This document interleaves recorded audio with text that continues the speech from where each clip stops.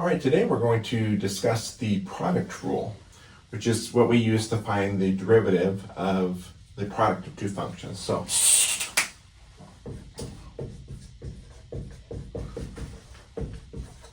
the question is, if h of x is equal to f of x times g of x, then what is h prime of x? That's the question. What is h prime of x? So we're going to need to figure out what that is. And to prove what that derivative is, we're going to look back at something we covered much earlier in this course. I want to remind you of that.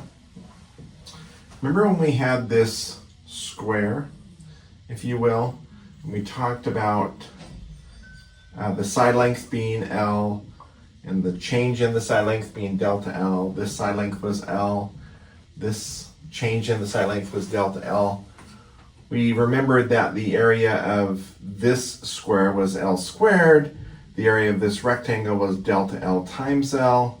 Likewise here, delta L times L. And in the bottom right-hand corner, we had delta L squared. So remember that? And when we were trying to calculate the total change in the area, we agreed we could just add up the areas of these three rectangles, and that would give us the total change in the area. And that if we wanted to know what the instantaneous change was, we could add up those areas and let the delta L go to 0, divide by delta L, and that would give us the instantaneous rate of change. So just a reminder of where we've been. We're going to use a similar strategy to solve this problem. So let me go ahead and draw the new rectangle.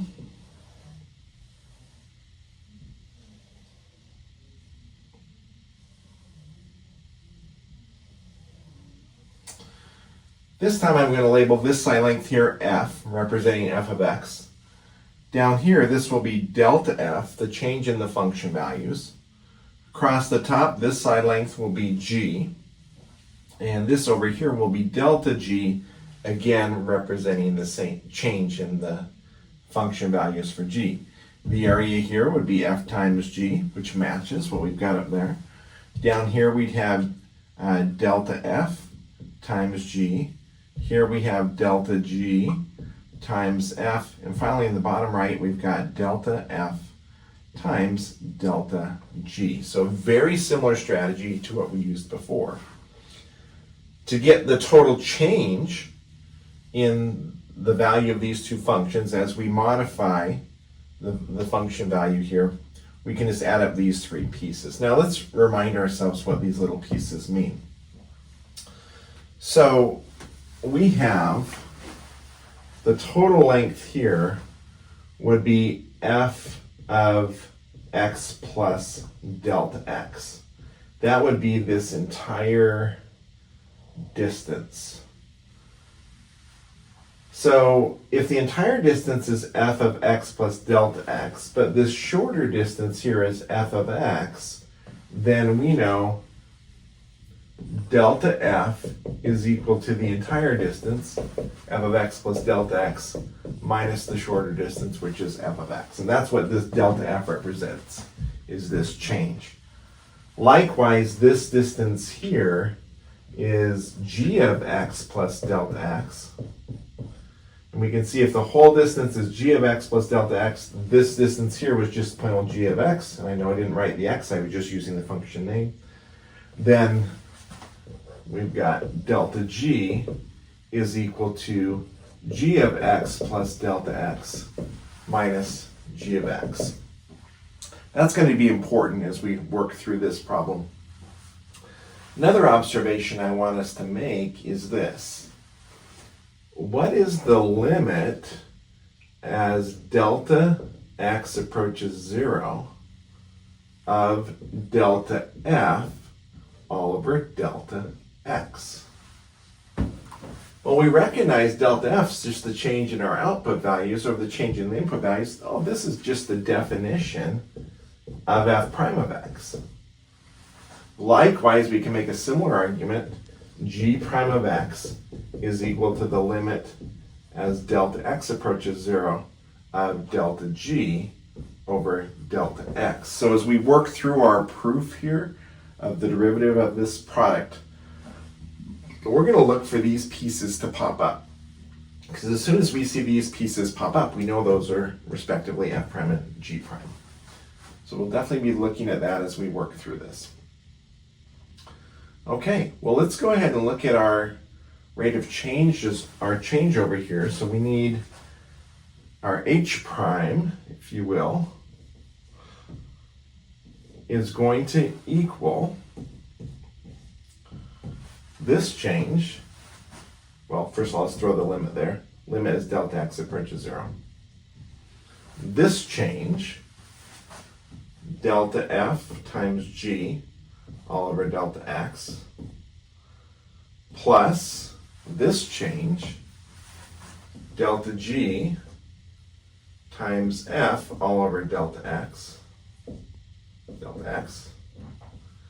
plus this change here, delta f times delta g all over delta x, with this limit being applied to each one of those terms. Well, observe, this is equivalent to saying this, the limit as delta x approaches 0 of delta f all over delta x times g, right? So if we're multiplying two values here, and then dividing them by delta x, that's the same as taking the first value and dividing it by delta x and then multiplying it by g. I'm going to go ahead and bring this limit through. Then we've got this one, the limit as delta x approaches 0 of delta g over delta x times f. Similar thing here. We're doing this division first and then multiplying by f. And then finally, the limit as delta x approaches 0 of delta f over delta x times delta g. Well, we recognize this first piece right here. This is just our derivative. That's pretty cool. That's f prime of x times g. Remember, g is not affected by a changing of delta x, so that's just plain old g of x. Then we've got plus the limit as delta x approaches 0 of this. I recognize that. That's just g prime of x times f. Let me make a comment here. Notice sometimes I'm writing plain old f or g, and sometimes I'm throwing in the x. Those two forms of notation can be used interchangeably. You can think of it kind of like g of x being the full name, and g is what I call the person by short. So I'm using those interchangeably. And then finally here, this limit is f prime of x, but I'm having to multiply that still by the limit as delta x approaches 0 of delta g. Now, let's think about this. Delta g was defined as this. As delta x gets closer and closer to 0, which is what we're saying, what happens to delta g? Well, let's just say we were to get to 0. We'd have g of x minus g of x, that's just 0. So as delta x goes to 0, delta g also goes to 0. So this goes to 0, so this whole last piece falls off, and we're just left with f prime of x times g of x plus g prime of x times f of x. That's pretty cool. So that's our derivative.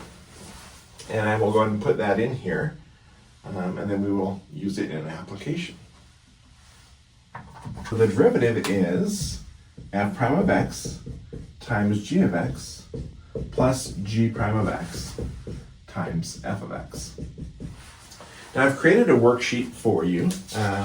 Me and ChatGPT collaborated to create this worksheet. And this first scenario that we are going to work through is revenue from concert ticket sales. And this will be problem number 1 in the worksheet.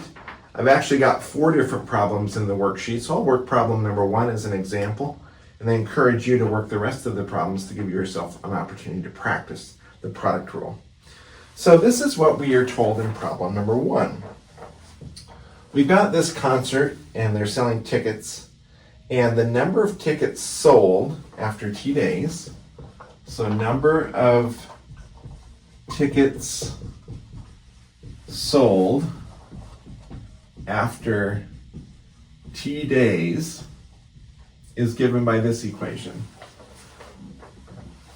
N of T is equal to 2,000 times 1 minus e to the negative 0.1 t. And then the price per ticket at time T days is P of T, which is defined as $50 plus 2T. The revenue, revenue is going to be the number of tickets sold times the price. So it'll be R of T is equal to N of T, the number of tickets sold, times P of T, the price per ticket. And our task is to find R prime of T. So find R prime of T, and then evaluate R prime of 5 and make sense of that. Okay, let's just kind of think this through. And let me make sure we do a correct interpretation here. This is the price per ticket at T days, so it looks like the ticket prices are changing daily. The initial price of the ticket was $50. It's going up by $2 a day. That's what we can read from this here. We see this is a decreasing rate, so that's going to be concave up but decreasing. We're 1 minus this value, so we'll see what happens with that. We expect the whole thing will stay positive.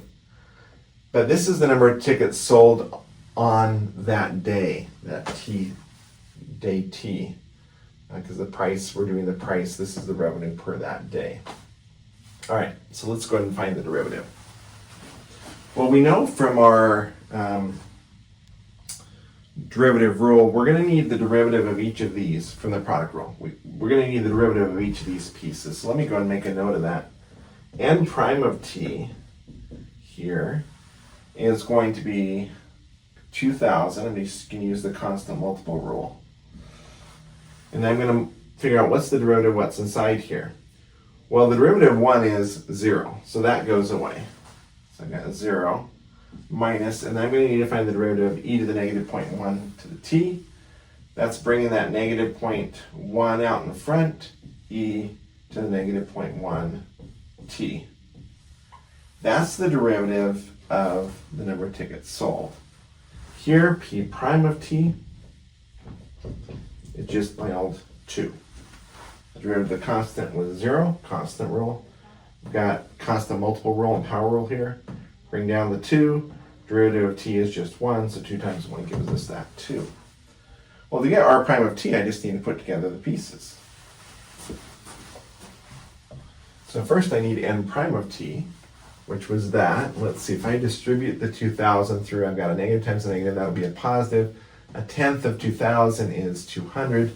So that all collapses down to be 200 e to the negative 0.1 t. That is n prime. So I have to multiply n prime times p. There it is, times 50 plus 2t. Plus, now I need to get p prime, which was 2 times the original function n, which is 2,000 times 1 minus e to the 0.1 t. So there is my r prime of t. Now to evaluate this, I need to substitute 5 everywhere I have a t. So let's see. that would equal 200 e to the negative 0.1 times 5 times this whole quantity. Well, let's see, 2 times 5 is 10, plus 50 is 60, plus, let's see, I can go and do that 4,000 there. 2 times 2,000 gives me that 4,000 times 1 minus e to the negative 0. Well, let me figure that out in my head. Negative 0.1 times 5 is going to be negative 0.5. Again, you got the same thing there. So I need to figure out what that value is. So we absolutely can plug this into our calculator, go through those calculations. That's an appropriate strategy. However, to increase our efficiency, we can leverage technology to help. And so I will now demonstrate on how you can use Desmos to help you crank out these computations. My strategy will be, I will put both of the original functions into Desmos. I will put the derivatives into Desmos. And then I will create the derivative function in Desmos and then evaluate that function at 5. Okay, I've gone ahead and entered both functions, n of t, or in this case n of x, which was the number of tickets sold. I've got p of x, which is the price per ticket on day x. So the overall function we're looking for is r of x, which was just n of x times p of x. Oops, p of x. So we've got all three functions written here in Desmos. We could ask Desmos to find r prime of 5 directly. I can just write r prime of 5, and it tells me it's $8,852.25 per day, which is my revenue, change in revenue. But let's go ahead and check it to see if it works the other way. So I want to know what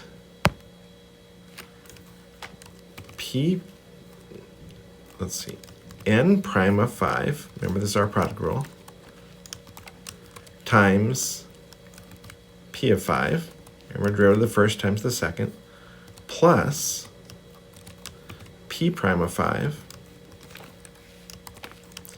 times n of 5. This is just the application of the product rule. And notice here, we're getting the exact same value. So those two quantities are the same. So again, I've put in my original functions, I've asked it to dynamically calculate the derivatives of those functions, and I see I'm getting the same result either way. So what's nice is Desmos can calculate derivatives for you.